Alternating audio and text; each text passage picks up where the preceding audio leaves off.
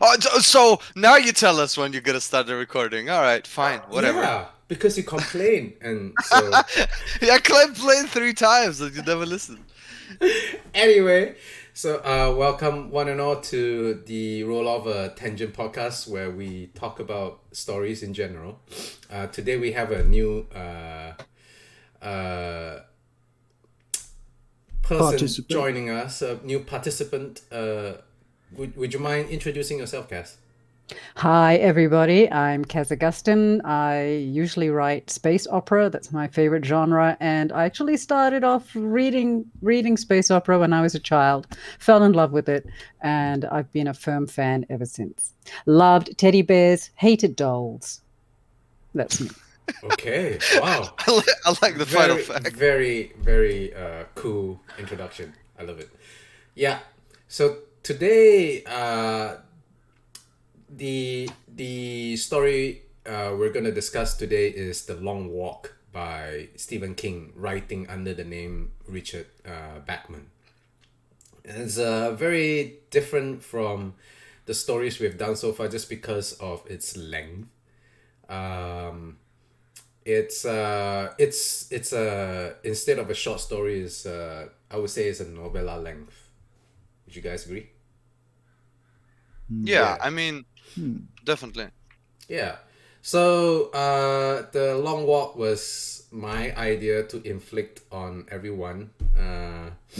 So I am going to take the responsibility of starting off the podcast. Hmm.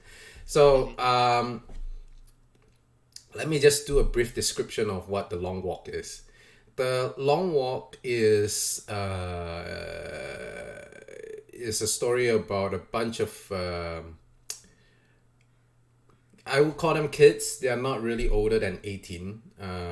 Boys in this case who go on a, as the title suggests, a long walk, and the winner of the long walk. So this is kind of like a national activity, shall we call Contest? In, it? Activity, shall we endurance. call it? Shall Yeah. we call it that?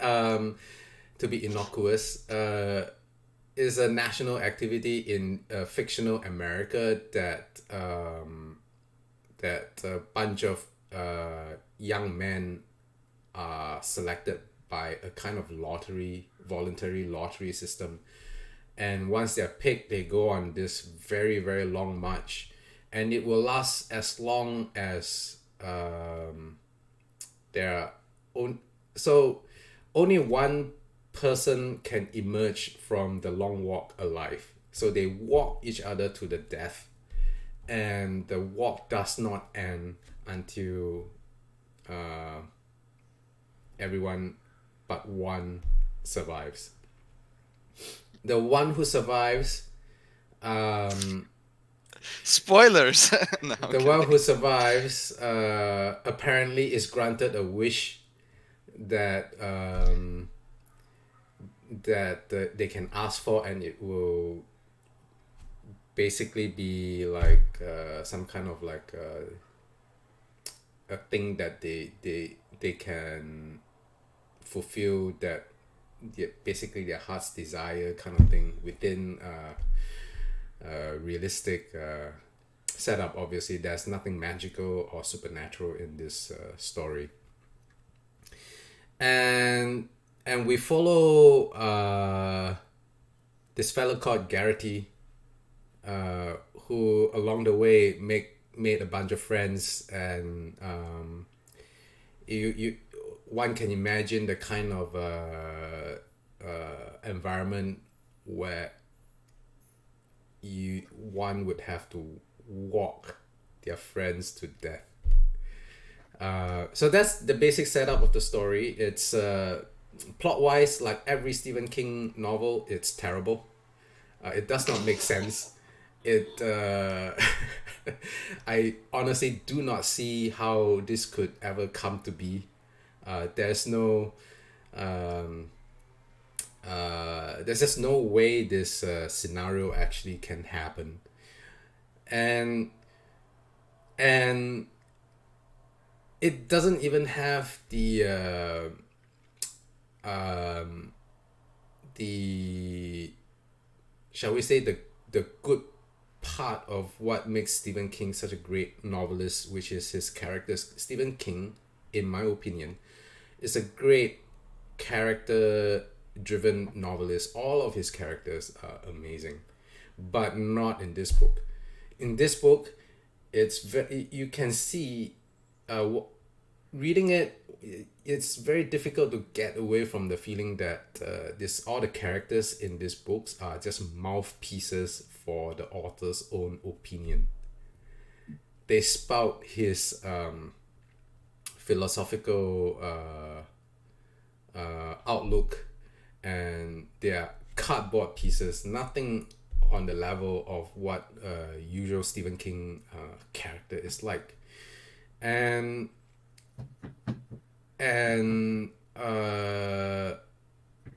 so as a written piece of work, it's very much not on the level of his usual works, but nevertheless it's very, the Long Walk is very resonates with me on a very personal level, because first of all, it's also very clear that the Long Walk is an allegory for something, and my money is on the Vietnam War. And you can see the lottery system in which the people who are picked for the Long Walk as kind of like the draft. And you could see also like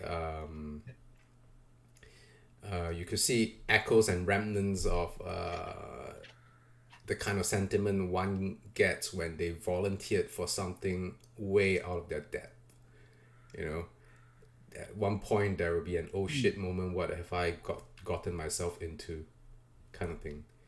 And the description of, so what really resonated with me is a very parochial matter. It's literally the walk.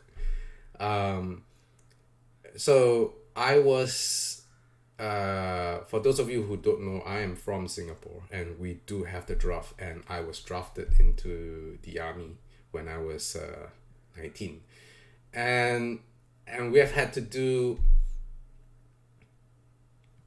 one of the things that okay, before I even get into that, I want to be very careful here, because I'm not I don't consider myself a real soldier of any kind. I have not seen combat. Thankfully, I've always been in the back in HQ kind of guy. I'm a combat medic, and we were not sent to any frontline action or even any trouble regions, for which I am extremely thankful for. But nevertheless, even so, my training involved a lot of walking, like a lot of walking. There are two experiences in my mind right now that's like vying for top spot as the worst experience I've had during that 2.5 years I was in the army. And I think I am going to go with the so this is much further into my time in service. Our older batch of officers had done their time, and they've graduated and passed on, and so we got an influx of new officers, and this exercise that we went on was meant to give them some experience, break them in. And so it was a 3-day exercise. We started off in the evening, late in the evening, around 12 midnight. We started walking, but our officers are new, and they keep getting lost in the jungle. So we went round and round. Had to backtrack several times, and we were bashing through like a tropical jungle, and that is a really hard walk.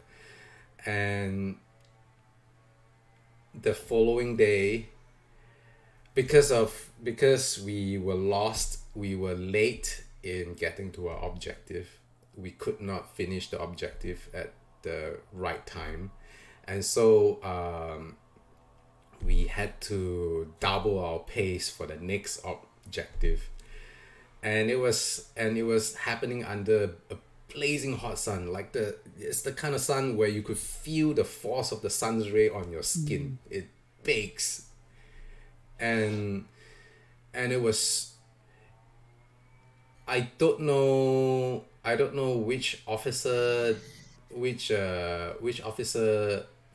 found the wits to do it, but probably logistics. They brought in some ice water, and it was the sweetest thing I've ever tasted in my life. 2 p.m. with all the sun baking on us. And I mean, I learned a really important lesson there, man. That day, it's if you want to be a good chef, all you need to do is just chuck somebody into a hole and not feed them for 2 weeks, and then everything will taste great.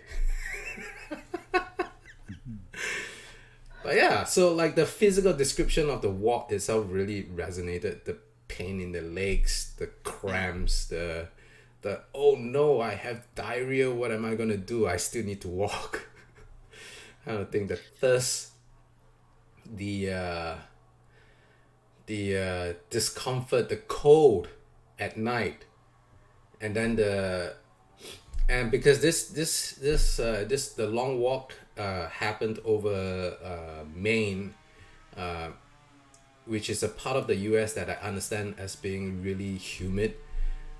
So part of that humidity is also my experience in Singapore, because it's a tropical country, and the heat in a tropical country is a different sort of heat than people who grew up in temperate countries would be used to. It's like a wet blanket. It wraps around you, man. It's like it suffocates. And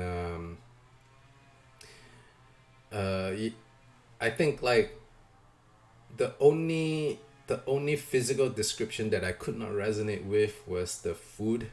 Like they get hungry and they eat. That doesn't happen in my experience. That's something that happens only after you have been so conditioned to walking that you kind of become like a pro at walking long distances.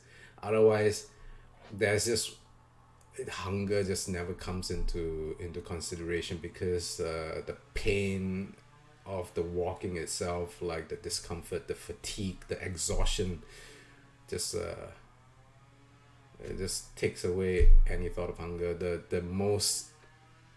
thing that a person would crave for the most is water. Yeah. And sleeping while walking, that doesn't happen either. Yeah. Or the pain in the blisters. Oh my god, man, the blisters. One would walk, and then the socks and the boots would rub against the skin, and then the blisters would come, but you still have to keep walking, and then the blisters will burst, and then you walk on your blisters. That is a horrible experience. Yeah. So the long walk for me was, despite being objectively I would say a story that is not up to Stephen King's usual standards, it still had me reading almost non-stop the whole time. And it was really just the physical description of the walking that really brought me back to a very adventurous part of my life, I suppose, if you want to put it that way. Yeah, so that's my take on the long walk. Enough talking from me. All right. You made me read this. So I went in and I decided I'm gonna find out everything I can know about this story, so that I can actually understand where Stephen King was coming from. So apparently, from what I understood in my research, he wrote this book, this short story book, this light novella, let's say light novella, when he was 18. This is one of his first novellas that he's ever written. And apparently, the from the words of the author himself, the inspiration was a a thing called the Kennedy Marches, which was basically a 50-mile long distant marches that would take like 24 hours to complete, like a full 24 hours. So there would be like basically no breaks, just like in the book. And you can see how sadistic his mind is, because it was the initiative was all about health and improvement of your well-being, and then Stephen King turned it into the most savage thing to do to like 13 to slash 18-year-olds ever. um, I agree with you that there is no way that this could happen in the real world. That is probably now, but in 100 years, I'm not surprised if I'm going to be like switching a channel and then there'll be like a couple of American kids walking about to die. I mean, who knows what's going to happen next?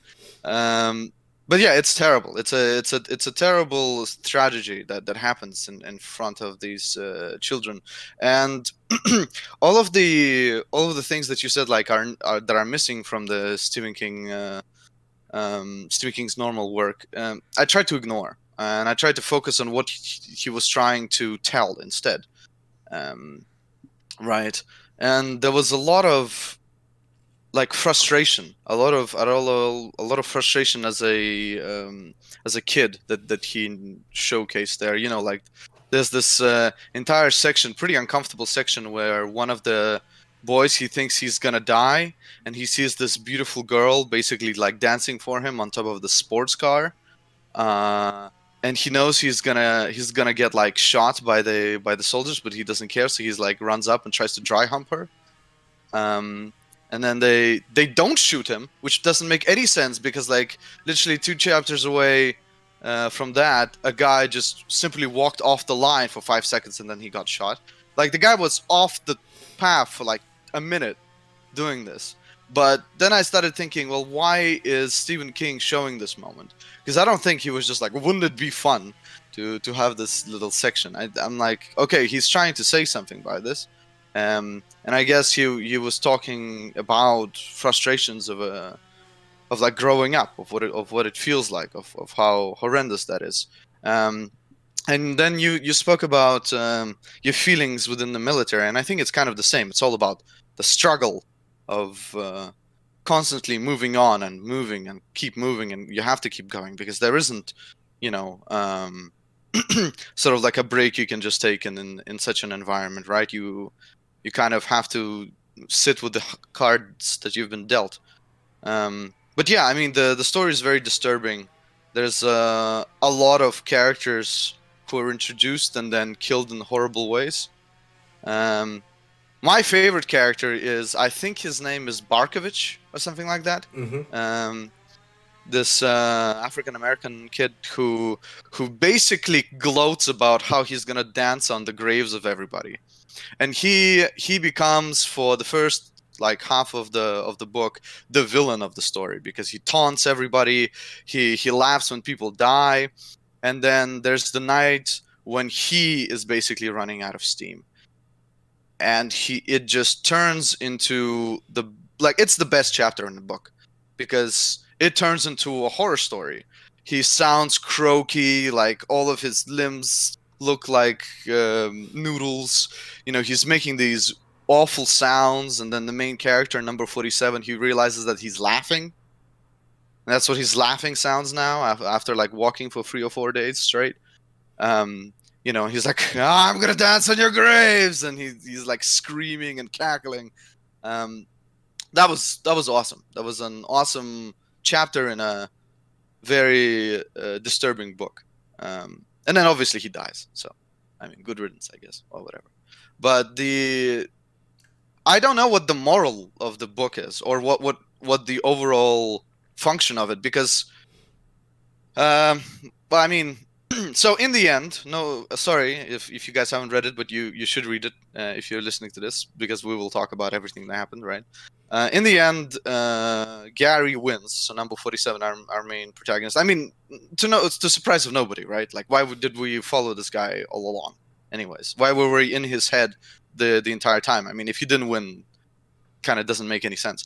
But he kind of becomes crazy, and he even when he wins, he thinks that the long walk is not over, and he keeps walking, and he keeps thinking that, like, all right, I'm still fighting something, because there's the shadowy figure.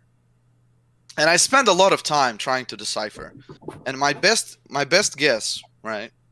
Feel free to destroy my theory, but my best guess is that maybe Stephen King at 18 was trying to say that maybe even after you go up, even after you go for all these hurdles, the walk isn't over, right? Like all the struggles aren't over, and the shadowy figure behind Gary, which he starts to race against, because at the beginning, at the end of the novel, he begins to sprint. Like running away even faster from it. It's sort of the idea of how, even though like it may seem like a terrible struggle to grow up, the things that are ahead of you could be just as dangerous and perhaps even more grueling. So the long walk in this interpretation is just preparing you for how sucky the world can be, right? As someone who then grows up and has to live in it. Yeah, I don't know. I think if I had to try and suss it out, try to bleed something from a stone, I think that's the message. But yeah, I'm not really sure. So if you're trying to bleed it from a stone, that means there's not a lot of thing you can squeeze out of this story. But that's what I mean, right? Like I said as much as I can in a positive light. I mean, now begins the destruction of this of this novella. Nobody makes sense. Not a single person in the story makes any lick of sense. All of their motivations are scrambled. Like the way they move through the walk doesn't make any sense. Rules are constantly broken, but then forgotten about. The 3-shot system seems to vary. I read the book twice, and I still don't know what the exact like numerical value of like how much time you have before the 3 shots have expired.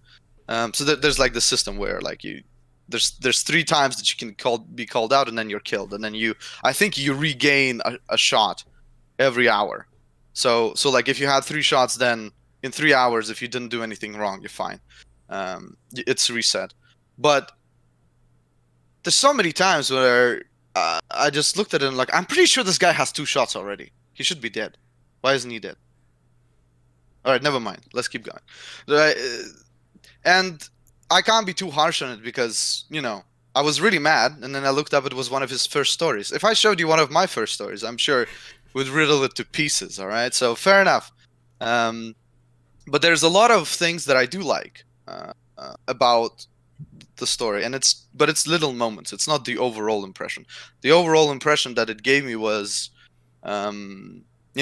like super edgy. How is it called? Super edgy. Yeah, go on. It's bleak, isn't it? Yeah, it's Very bleak. deep. Yeah. It's the type of creative writing you hand to your English literature teacher and expect to get a good grade. I mean, I think you would get a good grade, and it's very well structured. Even if the story doesn't make sense, like the writing itself is fine, but yeah, once you start thinking about it, at least for me, it falls apart quite quickly. Cool. Well, what does Cass and Rob think about? Do you have anything to add to the conversation? Kaz and Rob? Okay. Well, unfortunately, I've read a number of Stephen King novels. Unfortunately.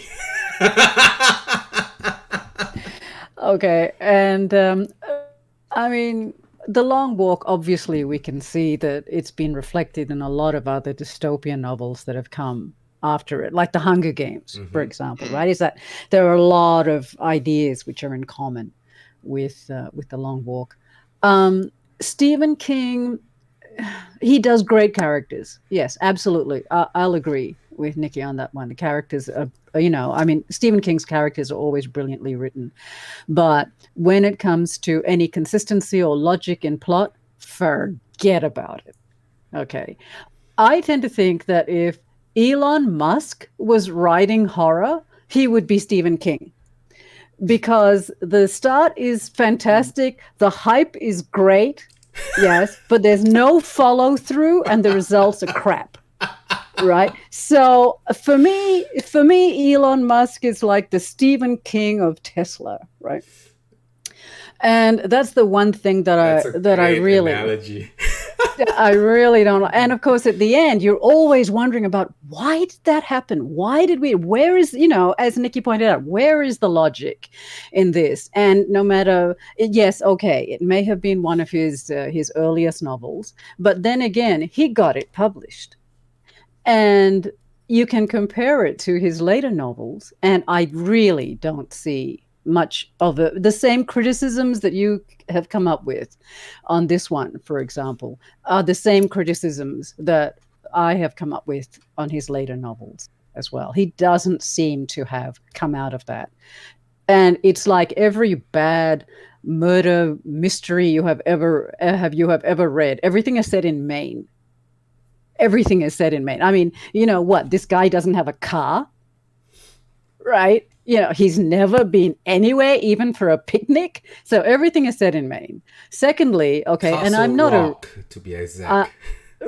and I'm not a raging feminist or anything like that, and I'm certainly not woke. But seriously, guys, all the time, guys, that's it. He just doesn't seem to be able to write very meaningful female characters. Yeah. So for me as a woman, because when you read something, you always want to relate. And I can relate to Spider-Man. I used to love it. I used to play Spider-Man when I was a kid. Okay. But still, when I read a Stephen King novel, it just seems to be so exclusionary for me. It's like it's obvious that these are young American teenage boys. And there is nothing there that I find that I can relate to.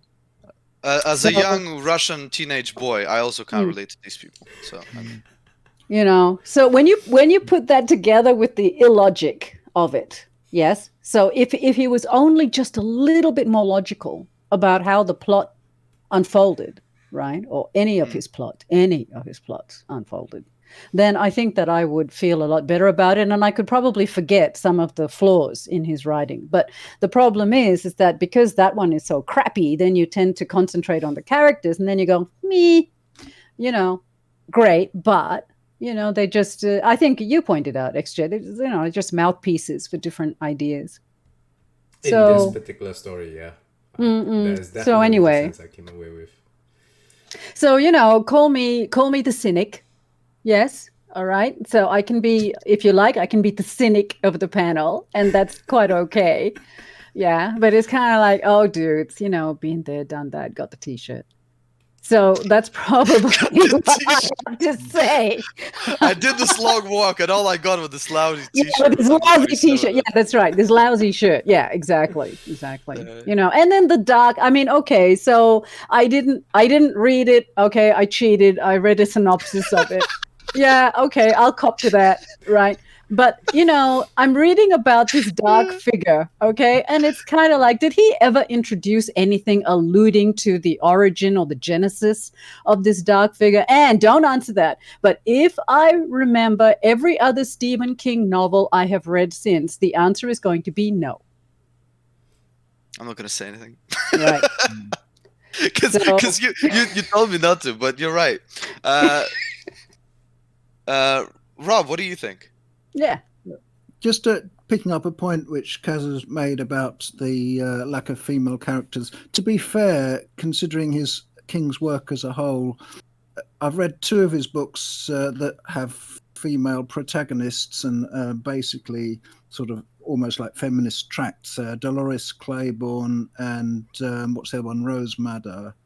But I'm just saying that to be fair. But yes, I tune into what Kaz is saying. I thought immediately when I knew that we were going to do this and there was no way out of it, that I thought of a remark in Search of Wonder by Damon Knight. He says, I quote, "I think it was my friend Jim Blish who coined the term idiot plot, defined as a plot which is kept in motion solely by virtue of the fact that everybody involved is an idiot." Now, you could say that about quite a lot of great literature, I suppose, or at least a lot of great literature depends upon the main character being an idiot.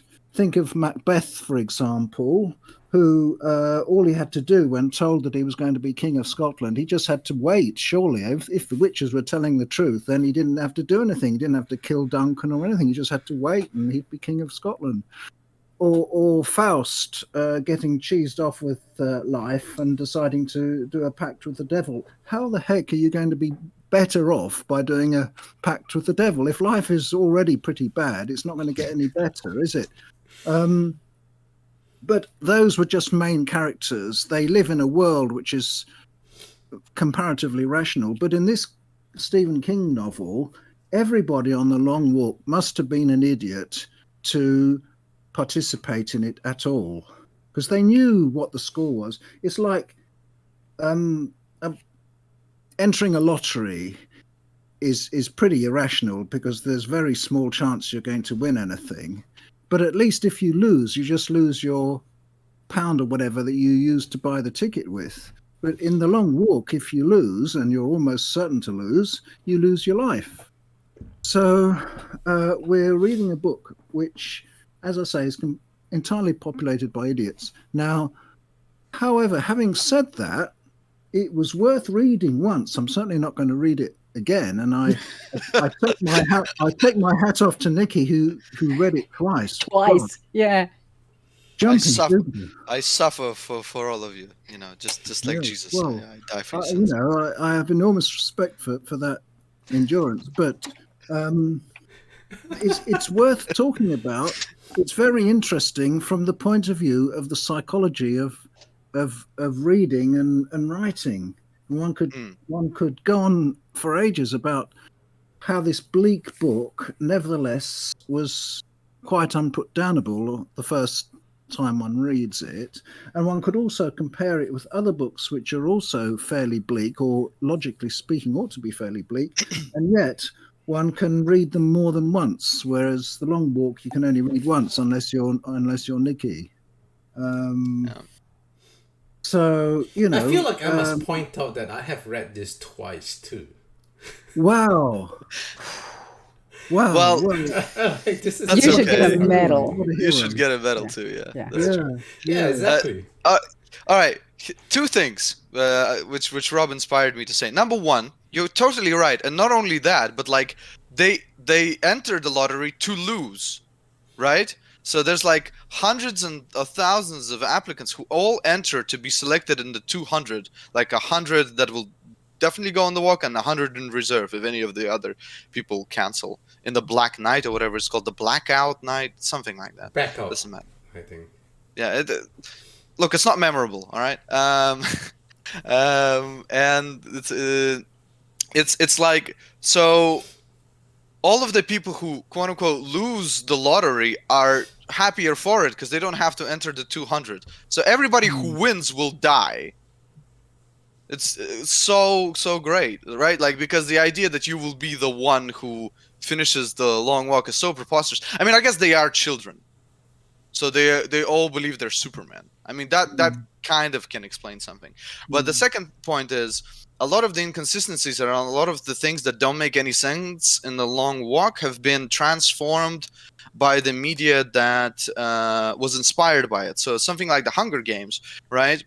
The whole idea of like hunting one another, and that being sort of like the source of entertainment for this terrible government and its people, is kind of justified by the fact that the people in the sectors like live a horrible life. They have to eat like insects to survive, right? So the idea of entering this contest is much better, as a bleak existence that they will have to instead have as not the winners, because they will just keep eating insects until they die or get shot by the police state or whatever. But even in that book, it's not a it's like a voluntary thing that nobody does. Like nobody wants to enter it anyways. So even in those circumstances, right, that were created in that other novel, people are still not into it.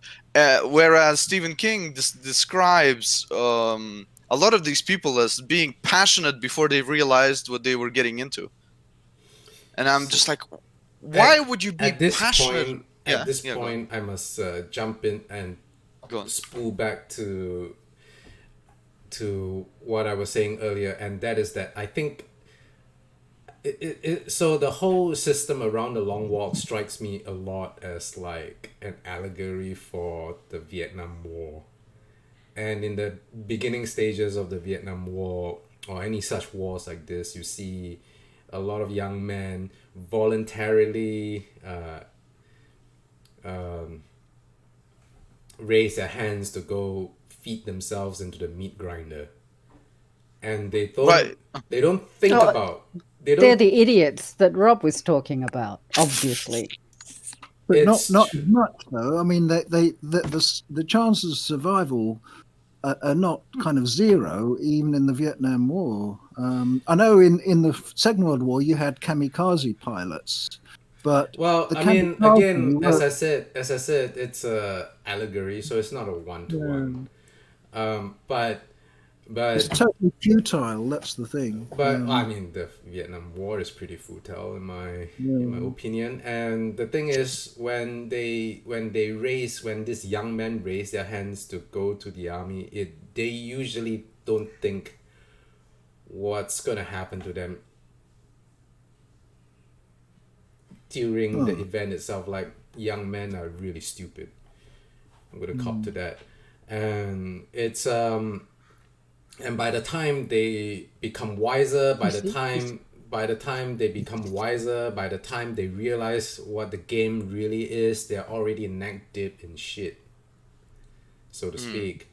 And that is the oh shit, what have I done moment that some of the characters inside the Long Walk itself awakens to. Why did I put myself through this?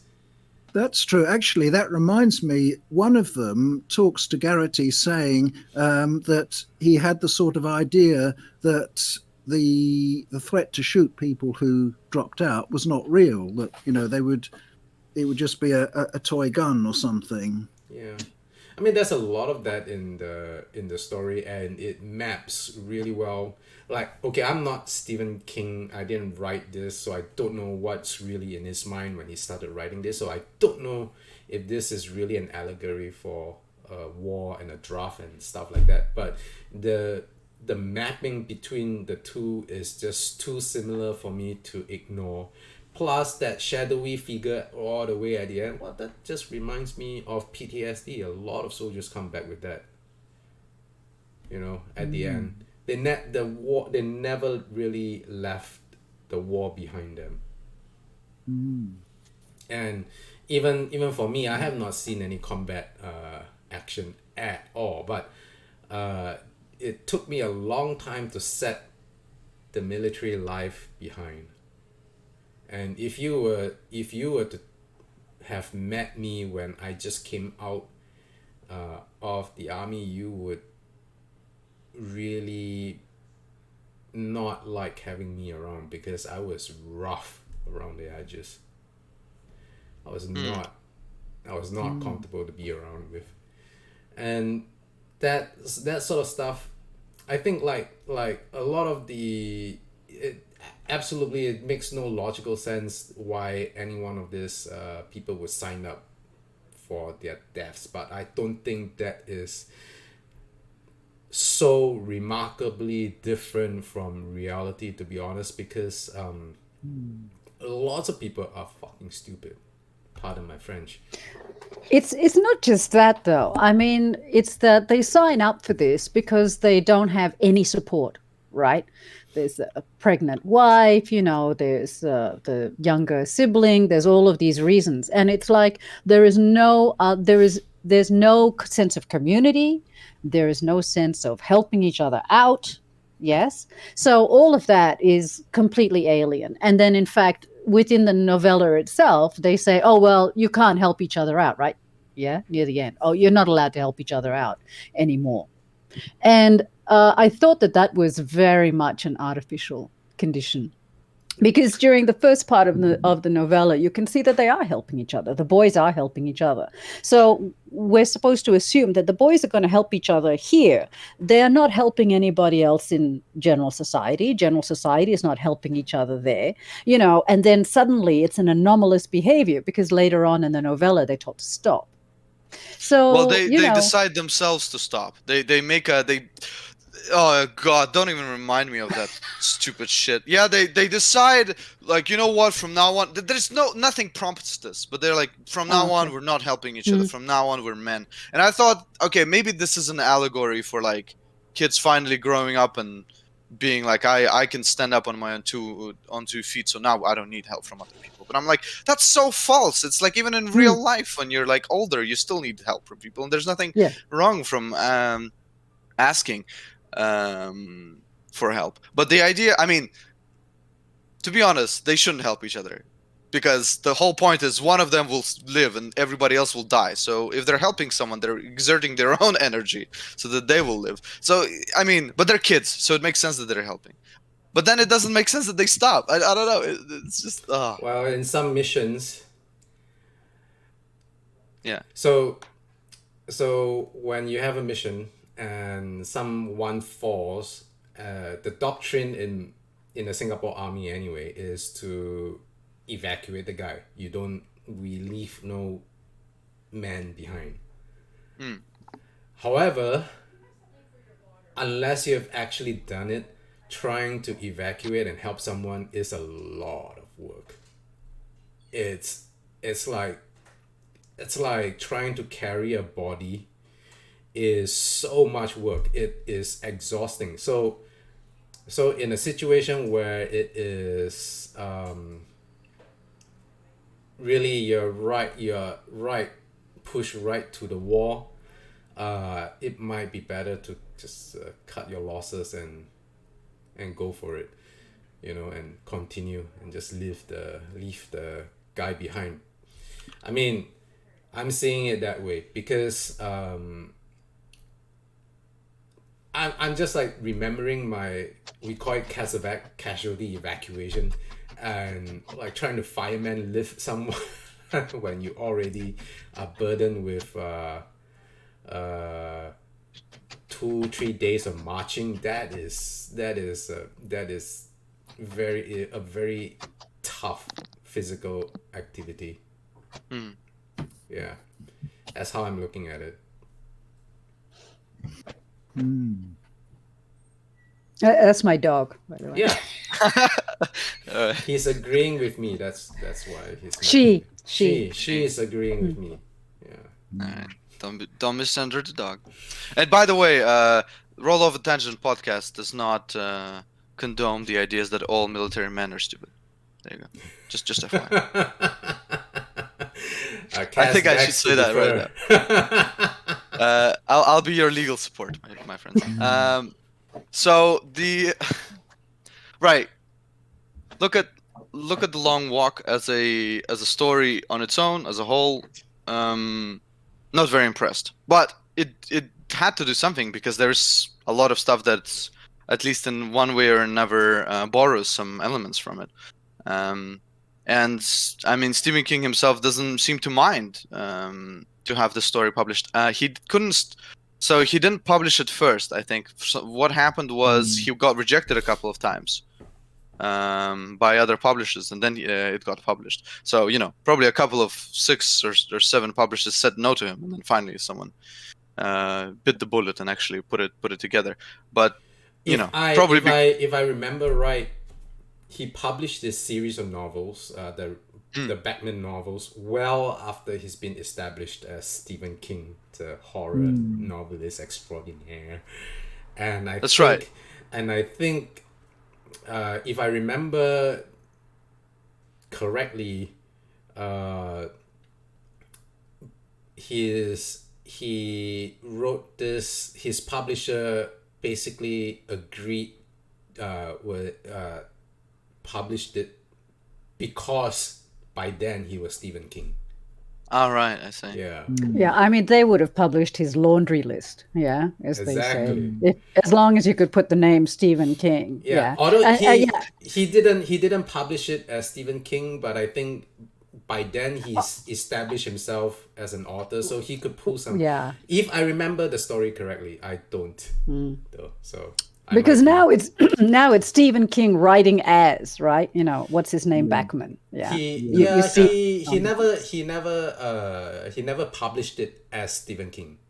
That he didn't use his name. But what I'm trying to say is by then his relationship with his publisher had gotten to a point where he could pull it off. But I don't remember the story. The story that he told. I think this is an interview that I read somewhere a long time ago, so I'm not too sure what the actual story is. But he's definitely published this well after he's been Stephen King, the horror writer, for some time. Yeah. But Rob, I think you have more to say. I was just going to say that I'm quite convinced by what I've heard in this session that it's likely that he was influenced by ideas like the Vietnam War and so on. I must admit, none of this occurred to me. I tended to think of the book as simply not having any moral at all because of what I've said before, that the premises were so absurd, but that it was simply a display of skill. I know we can criticize Stephen King a lot, but as you were saying, XJ, the physical business of the walk it's an astonishing display of writer's skill to have spun it out into this novel. I admire that sort of skill. I just don't want to read it again. But it's a pity that he never rises above what he can do well. He never actually invents a world. He'd be useless as a world builder of any sort. One of my favourite stories, short story writers, as you all know, is Clark Ashton Smith. He builds worlds. His stories can be very bleak as well, but they're sort of costume drama type bleak. You sort of play along with the horror, because it gives you a sort of feeling of satisfaction because it's part of an invented world that stands up on its own feet. Whereas King's writing is just a sort of extract from the more grimy aspects of our real life. Very cleverly done in lots of ways, but I just wish he could do more, but he obviously never will. You see, when that title and the whole plot was first mentioned, I actually thought of the Burmese death march from World War II. But because, it would seem that would actually be a very cogent parallel, if you like. But then I remembered that King is American, and so he probably doesn't know anything about World War II or anything that happened outside the American worldview of World War II. And I thought I thought it would have been a lot more interesting if it had started to get a little bit more military. But again, you're butting up against you're knocking up against this American view of things. The group of young men and the army who's there, and they're ruthless and they'll shoot you after 3 strikes, except they don't, and except they do, depending. So in a way, I think it loses because you just read this and we have become so inured by all of the American storytelling in movies and in books and things like that. And not to take anything away, I know he did this very early on. But I think for me, it's just now reading it now. I think I would just think to myself, oh, ho hum, actually, because it just doesn't, because that view doesn't seem to encompass anything else from any other part of world history. They draw upon only the American worldview of things, which tends to get a bit boring after a while, in my opinion. Yep. I think someone like King, who, who writes fantastic characters and everything, I think that he could do a lot better, or writers like him could do a lot better if they just broadened their horizons, broadened their perspectives a little bit more. Well, I'm not sure we're in a position to lecture Stephen King on what he should or should not do, being that he's earned a lot more money than we have. Yeah. And he's published many more books than the guy is really prolific. You gotta give it to him. Oh yeah. I mean, I am, but just because he's prolific, it doesn't mean that everything that he does is perfect. Absolutely, like I said, I wish someone like Tolkien had the power mechanism to write so many words like Stephen King. If they could just swap, that would have been. Yes.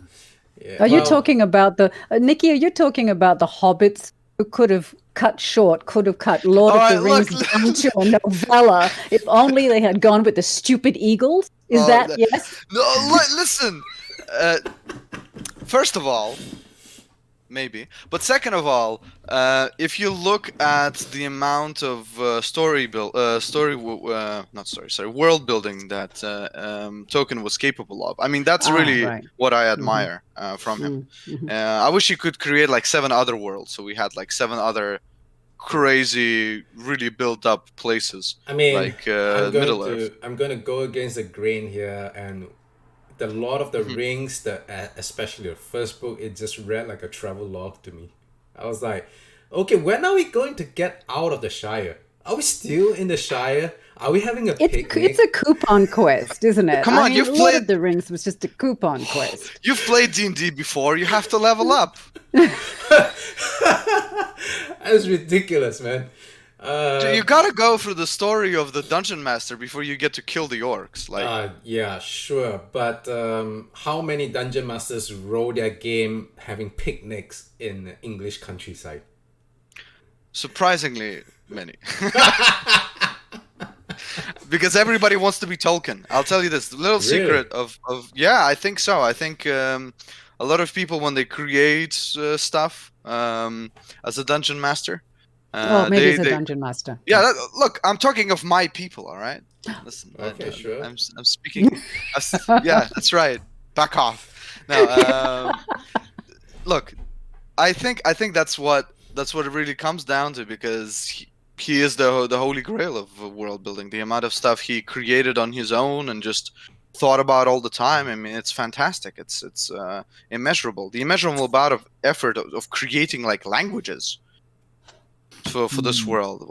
Sure. I can't begin to do that. I don't think I have the capacity, nor the institutional time. The time, but also the institutional teachings that he acquired as a linguist to do so. But regardless, I mean, it's so crazy to me. Yes, but the Fellowship of the Ring is still a travelogue. Look, you can I'm not his rabid fan. I'm not gonna like fight for him, but I see a lot of what's it called? There's a reason why people still talk about him. Let's put it that way. That's true. What about you, Rob? What do you think of Yeah, a lot of the things? Tolkien. It's instructive to compare Tolkien's invented names and words with Stephen Donaldson's 6 big fat books on Thomas Covenant. Thomas Covenant. Yes. Now, Donaldson just couldn't invent a name to save his life. It is completely a complete washout in that field, whereas it was jaw-droppingly bad, his names, I think, whereas Tolkien absolutely knew what he was doing. He knew Anglo-Saxon inside out. He probably knew, goodness knows, I think he knew Finnish even. He was just a linguistic prodigy, and it shows. It really shows. There's no, I suppose, reason why that should have helped him with his more imaginative side, but perhaps it did. But was it Terry?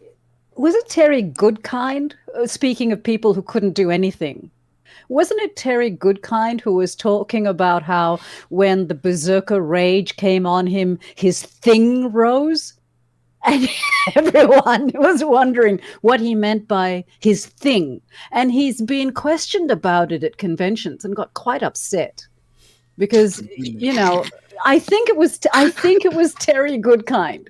Another fantasy. I'm trying to remember who it epic write the fantasy writer. Shannara stories. Something like that. Chronicles. Okay. Yes, the Shannara Chronicles or something. Shannara. Terry Brooks wrote Shannara. Oh, was it Terry Brooks? Okay, no, this one was Goodkind.